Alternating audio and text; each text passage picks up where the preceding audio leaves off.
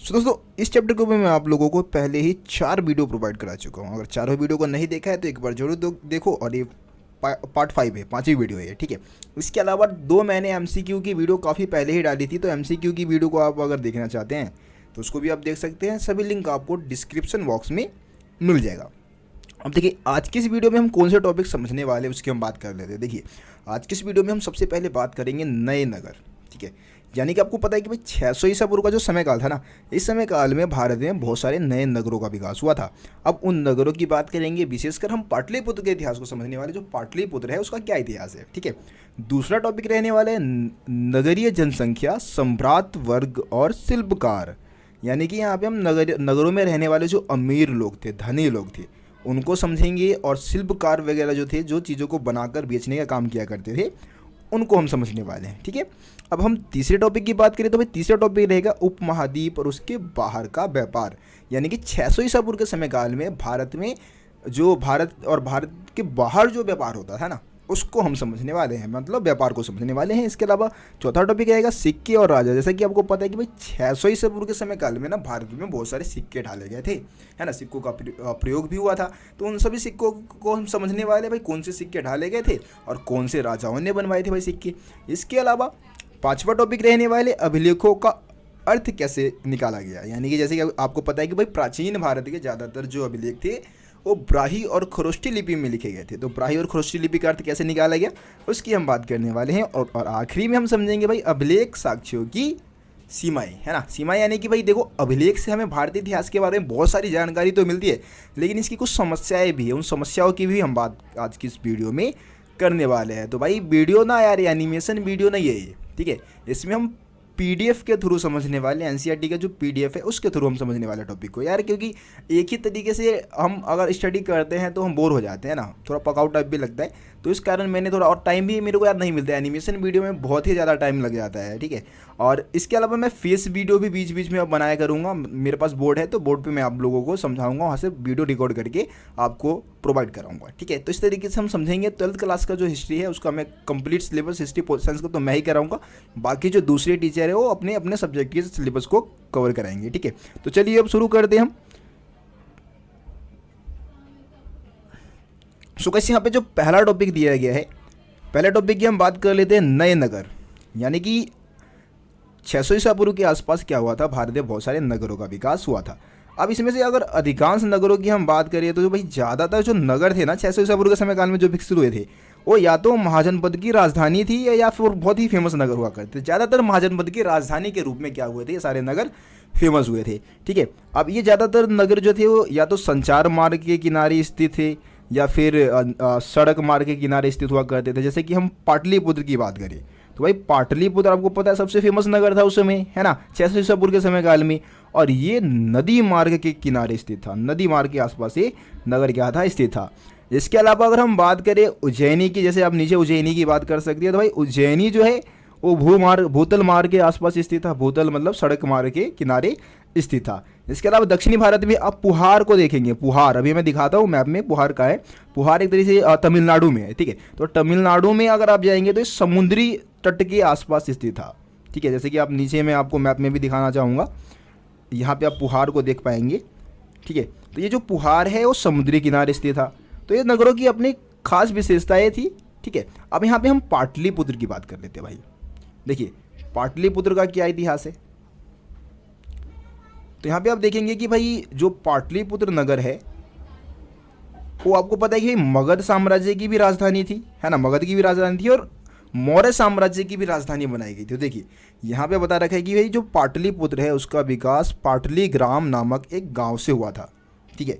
फिर क्या हुआ, लगभग 5वीं शताब्दी ईसा पूर्व में मगध शासकों ने, जो मगध के जो राजा थे, उन्होंने क्या किया था, एक तरीके से राजगाह से राजधानी को हटाकर मगध शिफ्ट करने की कोशिश की थी, निर्णय लिया था एक तरीके से। और 4वीं शताब्दी ईसा पूर्व आते आते तक इसको मगध साम्राज्य की राजधानी बना दी गई थी। लेकिन आपको पता है कि भाई मगध जो है उसका खात्मा भी इसी समय हो गया था। तो मगध साम्राज्य का अंत होने के बाद भारत में मौर्य साम्राज्य का विकास हुआ, है ना। धनानंद को मार के चंद्रगुप्त मौर्य ने मौर्य वंश की स्थापना की थी। तो उसके बाद मौर्य साम्राज्य की जो राजधानी बनाई गई थी वो भी पाटलिपुत्र ही थी। और कब बनी थी, 4वीं शताब्दी ईसा पूर्व में, ठीक है। 4वीं शताब्दी ईसा पूर्व में ही इसको मौर्य साम्राज्य की राजधानी बनाई गई थी। ये एशिया के सबसे बड़े नगरों में से एक था, है ना, बहुत ही फेमस नगर था, एशिया के सबसे बड़े नगरों में से एक था। लेकिन क्या था कि भाई एक बार क्या हुआ, चीन 7वीं सदी के आसपास एक चाइना से एक यात्री यात्रा करने आया था जिसका नाम था श्वेत त्सांग, बहुत ही फेमस यात्री थे। श्वेत त्सांग भारत में जब यात्रा करने आए 7वीं सदी में, तो उन्होंने देखा कि ये जो पाटलिपुत्र नगर है ना, वो एक खंडहर के रूप में बदल चुका है। यानी कि 7वीं सदी तक पाटलिपुत्र अपना गौरव खो बैठा था, ठीक है, ख़त्म हो चुका था वो नगर।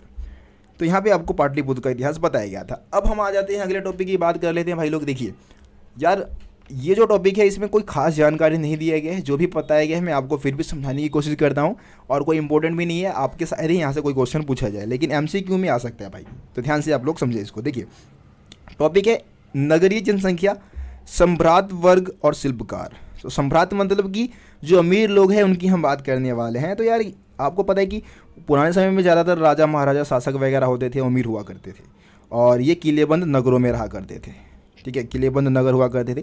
लेकिन इन नगरों के बारे में ज़्यादा जानकारी अपने को अभी नहीं मिल पाता है, क्योंकि बहुत सारे ऐसे पुराने समय के जगह थे जहाँ पे लोगों ने रहना स्टार्ट कर दिया। अब लोगों ने जब रहना स्टार्ट कर दिया तो भाई वहाँ पे खुदाई करना क्या है, खुदाई करना संभव नहीं है। लेकिन फिर भी हमारे को कुछ अवशेष मिले हैं, जैसे कि आप देखेंगे कि भाई मिट्टी के कटोरे वगैरह मिले हैं, थालियाँ मिली है हमें साक्ष्य के रूप में, जिस पर चमकदार कलई चढ़ाई गई थी, ठीक है ना। और इसको इतिहासकारों ने क्या दिया है, उत्तरी कृष्ण मार्जित पात्र कहा है, इसका नाम दिया है एक तरीके से। जो भी मतलब मिट्टी के कटोरे या थालियाँ मिली है जिस पे चमकदार कलई चढ़ाई गई थी, उसको इतिहासकारों ने क्या बोला, उत्तरी कृष्ण मार्जित पात्र। और हो सकता है कि भाई इसका इस्तेमाल ज़्यादातर अमीर लोगों द्वारा होता होगा, अमीर लोग इसका, इन बर्तनों का, इन कटोरों का, इन थालियों का इस्तेमाल करते होंगे। इसके अलावा हमें बहुत सारी चीज़ें भी मिली हैं, जैसे कि सोने, चांदी, कांस्य या फिर जो तांबा है ना, हाथी के दांत है, शीशे है, इन पदार्थों से बने हमें गहने भी मिले हैं, ठीक है। तो ये सारी चीज़ें बताता है कि भाई उस समय अमीर वर्ग के लोगों द्वारा इन चीज़ों का इस्तेमाल होता था। अब देखिए दूसरी शताब्दी ईसा पूर्व आते आते तक हमें दानात्मक अभिलेख के साक्ष्य भी मिलते हैं। अब ये दानात्मक अभिलेख होते क्या है, देखिए दानात्मक अभिलेख हम उन अभिलेखों को बोलते हैं जिसपे एक तरीके से दान देने वाले व्यक्ति का नाम लिखा होता है। किसी व्यक्ति ने मान लो धार्मिक संस्था को दान दिया, तो उसने क्या किया, एक दानात्मक अभिलेख बनवा दिया और उस पर अपना नाम वगैरह लिखवा दिया, या फिर किसी संस्था ने ही वो अभिलेख बनवा दिया जिसपे दान देने वाले का, उसके परिवार का, उसके गांव का नाम, पूरी डिटेल वहाँ पे लिख देते थे, ठीक है। अब देखिए यहाँ पे एक तो श्रेणी का मतलब भी आप लोगों को समझना चाहिए, श्रेणी होते क्या है, श्रेणी है क्या। देखिए इसकी के आगे अगले पेज पे ही बता रखा है कि भाई श्रेणी क्या था, उत्पादकों यानी कि जो भी चीज़ों को बनाते हैं, और जो व्यापारी है जो चीज़ों को बेचते हैं, उनका एक संघ है, ठीक है। उत्पादकों और व्यापारियों के संघ को हम क्या बोलते हैं, श्रेणी बोलते हैं। अब इस श्रेणी क्या काम करते थे भाई, पहले कच्चा माल को खरीदते थे, खरीदने का काम करते थे, कच्चे माल को फिर खरीद कर उसको तैयार माल के रूप में बदलते थे और फिर उसको बाजार में बेच दिया करते थे, ठीक है। तो ये श्रेणी हो गया। अब हम अगले टॉपिक की बात कर लेते हैं भाई। अगला टॉपिक है हमारा उपमहाद्वीप और उसके बाहर का व्यापार। तो जैसा कि आपको पता है कि भाई 600 ईसा पूर्व के आसपास में भी भारत और उससे बाहर भी व्यापार, भारत के लोगों का व्यापार बाहर भी हुआ करता था। तो यहाँ पे बता रखिए कि भाई 6ठी शताब्दी ईसा पूर्व तक क्या था, उपमहाद्वीप में यानी कि भारत में नदी मार्ग और भूमार्ग का मानो जाल बिछ गया था और कई दिशाओं में फैल गए थे। मतलब बहुत ज़्यादा संख्या में मतलब नदी मार्ग और जो सड़क वगैरह है वो बनवाई गई थी, ठीक है। यहाँ पे अगर आप देखेंगे कि भाई मध्य एशिया तक क्या था, भूमार्ग का विस्तार था, यानी कि मध्य एशिया और उसके आगे भी क्या था, भूमार्ग का विस्तार हो चुका था, ठीक है। और हम बंदरगाह की बात कर लेते हैं भाई, समुद्री बंदरगाह भी उस समय बनाए गए थे। अब देखिए 2 समुद्री बंदरगाहों के बारे में आपको बताना है। उस समय दो समुद्री बंदरगाह थे। एक तो भाई अरब सागर वाला समुद्री बंदरगाह। अब अरब सागर वाला जो समुद्री बंदरगाह है, जाहिर सी बात है कि इस तरफ अगर आप वर्ल्ड के मैप को आप एक बार ध्यान से देख ले तो यहाँ पे अफ्रीका जैसे देश से व्यापार होगा इस बंदरगाह के माध्यम से, या फिर जो पश्चिमी एशिया के देश है, यूरोप के देश है, उनके साथ व्यापार होगा। दूसरी तरफ आप बंगाल की खाड़ी वाले बंदरगाह की बात कर ले भाई, तो बंगाल की खाड़ी वाले जो बंदरगाह है उसके माध्यम से कहाँ व्यापार होगा, चाइना जैसे देशों के साथ, है ना। दक्षिणी पूर्वी एशिया के जो नीचे की तरफ देश है ना, तो उन सभी के साथ व्यापार होगा। जापान के साथ व्यापार हो सकता है इस बंदरगाह के माध्यम से। तो ये आप इन दोनों बंदरगाह के बारे में बता देंगे, अगले पेज पे बता भी रखा है, इस लाइन को आप पढ़ लेंगे तो आपको पता चल जाएगा। अब इन बंदरगाहों पे शासक क्या करते, जो राजा होते थे इन बंदरगाहों पे ना नियंत्रण रखने की कोशिश करते थे। अब भाई नियंत्रण क्यों बनाएंगे, जाहिर सी बात है कि नियंत्रण बनाएंगे तो उनको टैक्स मिलेगा, कर मिलेगा, मुनाफा होगा। तो इस कारणवश क्या करते थे, राजा महाराजा इन बंदरगाहों पर अपना नियंत्रण रखने की कोशिश किया करते थे, ठीक है। अब आते हैं हम अगले टॉपिक की बात करते हैं, मतलब इसी में आगे जो बता रखे है उसकी हम बात कर लेते हैं। तो देखिए व्यापार जो था ना, ज़्यादातर उस समय जो व्यापार हुआ करता था वो व्यापार स्थल मार्ग के माध्यम से तो होता ही होता था, लेकिन समुद्री मार्ग से भी हुआ करता था। अबे समुद्री मार्ग से व्यापार क्यों करते थे भाई? लाभदायक होता था ना भाई, सस्ता है। समुद्री मार्ग से व्यापार करना क्या होता था, काफ़ी ज़्यादा सस्ता होता था, लेकिन खतरनाक भी हुआ करता था। अब खतरनाक क्यों होगा भाई? समुद्री लुटेरे हैं, हमला कर दिया, सुनामी आ गया है ना, एक तरीके से आंधी आ गया, उसमें नाव वगैरह डूब जाते थे समुद्र में, तो ये खतरा भी होता था। अब देखिए यहाँ पे हमें ना 600 ईसा पूर्व के आसपास तमिल भाषा में मत्थुवन और सत्वाहा और इसके अलावा सेट्टी, ये 3 सफल व्यापारियों के एक तरीके से उदाहरण मिलते हैं। ये धनी व्यापारियों के नाम है, याद रखना भाई, ये नाम वैसे एग्जाम में पूछा जाता है 1 मार्क्स में, ठीक है। अब देखिए उस समय व्यापार किन चीज़ों का होता था, तो भाई नमक का व्यापार हुआ करता था, अनाज का व्यापार होता था, कपड़ों का, धातुओं का, है ना, पत्थर है, लकड़ी है, जड़ी बूटी है, इन चीज़ों का व्यापार हुआ करता था। और रोमन साम्राज्य के साथ भी भारत के लोग क्या करते थे भाई? व्यापार किया करते थे। और रोमन साम्राज्य के साथ लोग, जो हमारे भारत के लोग थे, वो किन चीज़ों का व्यापार करते थे उसकी भी हम बात कर लेते हैं। देखिए तो उनके साथ क्या करते थे, काली मिर्च और मसाले, इसके अलावा सूती कपड़े वगैरह जो होते थे उसका भी व्यापार होता था। जड़ी बूटियों का भी मतलब बहुत ज़्यादा डिमांड थी रोमन साम्राज्य में, तो इन सब चीज़ों का भी व्यापार भारत के लोग करते थे। और व्यापार करने के लिए आपको पता है भाई, अरब सागर के रास्ते, भूमध्य के जो क्षेत्र है, एक तरीके से पश्चिमी एशिया के जो देश है, यूरोप के जो देश है, उनके साथ व्यापार संबंध बनाए गए थे। रोमन साम्राज्य के साथ भी व्यापार इस समय होता था। तो ये सारी चीज़ें आपको व्यापार वाले टॉपिक में बताना है। अब अगले टॉपिक की बात कर लेते हैं, सिक्के और राजा। दोस्तों जैसे कि हम अभी बात करें सिक्के और राजा की, तो आपको पता है कि 600 ईसा पूर्व का जो समय काल था, उस समय काल में क्या हुआ था, भारत में अनेक प्रकार के राजाओं ने क्या किए थे, सिक्के ढलवाए थे और उसको प्रयोग में लाया गया था। तो जैसे कि आपको पता है कि भाई सिक्के के विकास से क्या हुआ कि विनिमय बिल्कुल आसान हो गया। विनिमय यानी कि जो लेन देन था ना, वो बहुत ही आसान हो गया। अब यहाँ पे हम समझने वाले हैं कि उस समय काल में कौन कौन से सिक्के ऐसे थे जिसको डाले गए थे और उसको प्रयोग में लाए गए थे। तो यहाँ पे जो सबसे पहले सिक्के का नाम आपको बताना है वो है आहत सिक्के। आहत मतलब होता है चोट पहुँचाना, मतलब कि किसी चीज़ को पीट कर और उसको फिर सिक्के का आकार दिया जाता था। जिसमें हम अगर धातु की बात करें तो चांदी और तांबे का मिश्रण था ये, मतलब चांदी और तांबे को मिलाकर ये आहत सिक्के बनाए गए थे। और आहत सिक्के का अगर हम समय काल की बात करें कब बनाए गए थे, तो 6वीं शताब्दी ईसा पूर्व के आसपास ये सिक्के बनाए गए थे, ठीक है। यहाँ पे अगर हम बात करें कि भाई अगर कौन से राजाओं ने सिक्के बनवाए थे, तो यहाँ पे मतलब बहुत सारे राजाओं के नाम आप बता सकते हैं वैसे, जिसमें से आप मौर्य वंश का भी नाम ले सकते हैं कि भाई मौर्य वंश के राजाओं ने भी क्या किए थे, कुछ आहत सिक्के बनवाए थे। इसके अलावा जो व्यापारी है, धनी लोग हैं, वो भी क्या करते थे, इस प्रकार के सिक्के ढलवाया करते थे। तो ये तो आहत सिक्के की बात हो गई, जो कि सबसे पहले सिक्के बनाए गए थे। उसके बाद हम दूसरे सिक्के की बात करें तो है सोने के सिक्के। अब देखिए सोने के सिक्के सबसे पहले कुषाण वंश के राजाओं ने बनवाए थे।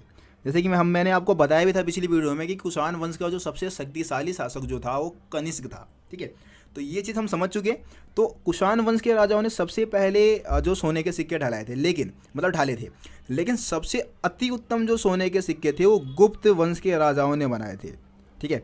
अब गुप्त वंश आपको पता है भाई, मौर्य वंश के बाद भारत पे जिस वंश ने शासन किया था वो है गुप्त वंश।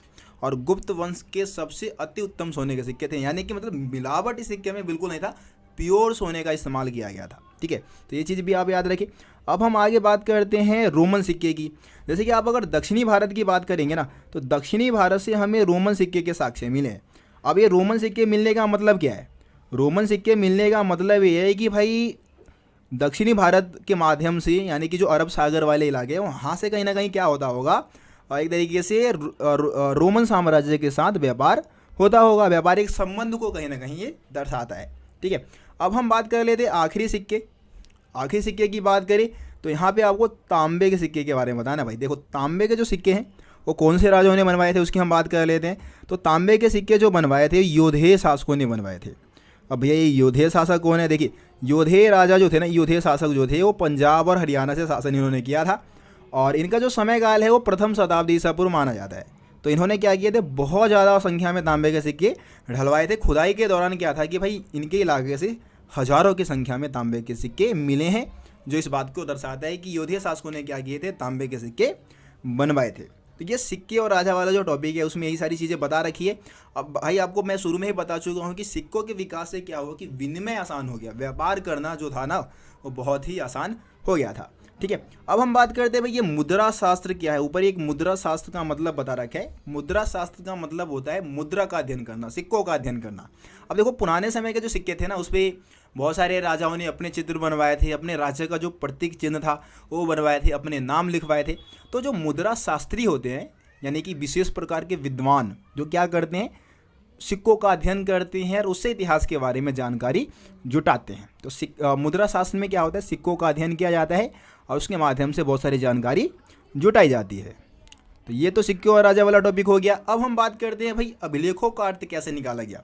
तो जैसा कि आपको पता है कि भाई प्राचीन भारत में जो भी अभिलेख लिखवाए गए थे वो 2 लिपि में लिखवाए गए थे, ब्राही और खरोष्टी लिपि में लिखवाए गए थे। ये शुरू में ही मैं आपको बता चुका हूँ।